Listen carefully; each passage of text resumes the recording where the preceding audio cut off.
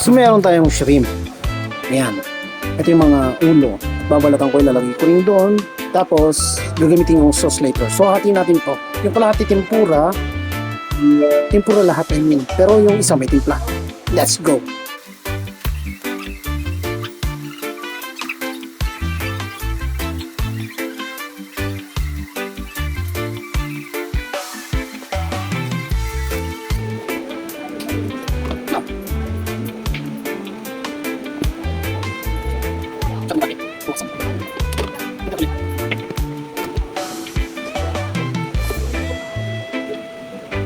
Horse.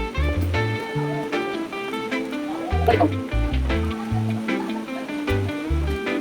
Kakapit. Bakit ba? Secret. Tumigil lang natin ang tubig ng ating kalbit ay ang ating water. Para hindi na natin ilalagay. Pa-fry na tayo later. Let's go. So, pa-fry na tayo, no? Shrimp.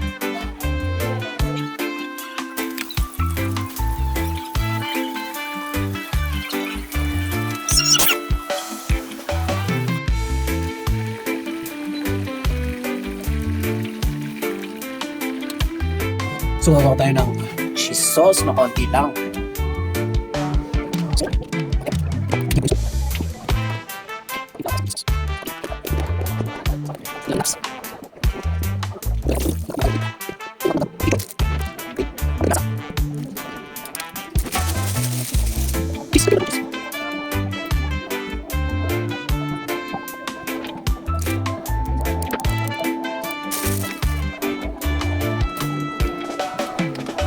Halo-halo lang natin hanggang sa mag-corporate ang kanyang lasa. Mga kaibigan na mag-corporate ang kanyang lasa. Tanggal tayo ng mga langgam. Parang mag-cheese. Magsama-sama sila sa kanilang buhay. Yan, mukhang okay na to. May cheese na tayo. Tingnan natin ng parsley.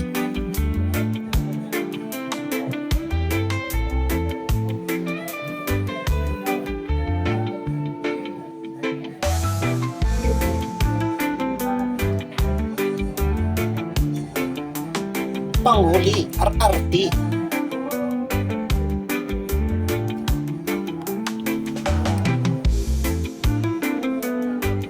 So dito na tayo sa isang sauce.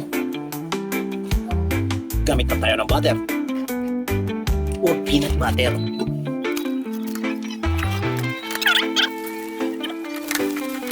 So diba naalala nyo kanina yung mga ulo at mga balat ng shrimp? Siya ang ating ilalagay na next.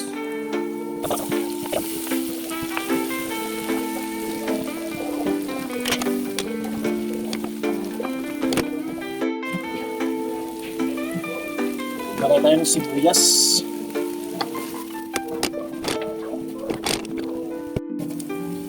Konting tubig.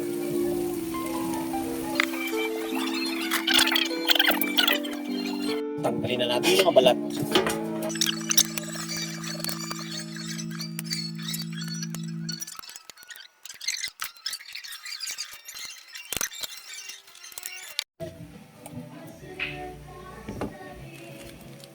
So naglagay tayo ng curry powder,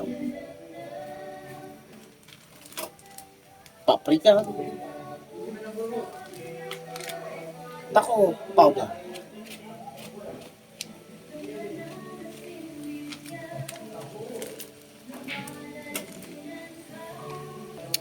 dagdag tayo ng soy,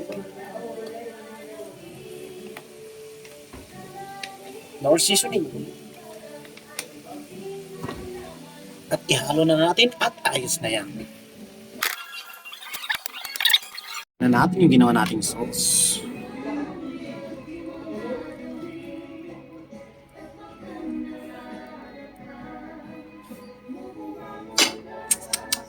Kain na!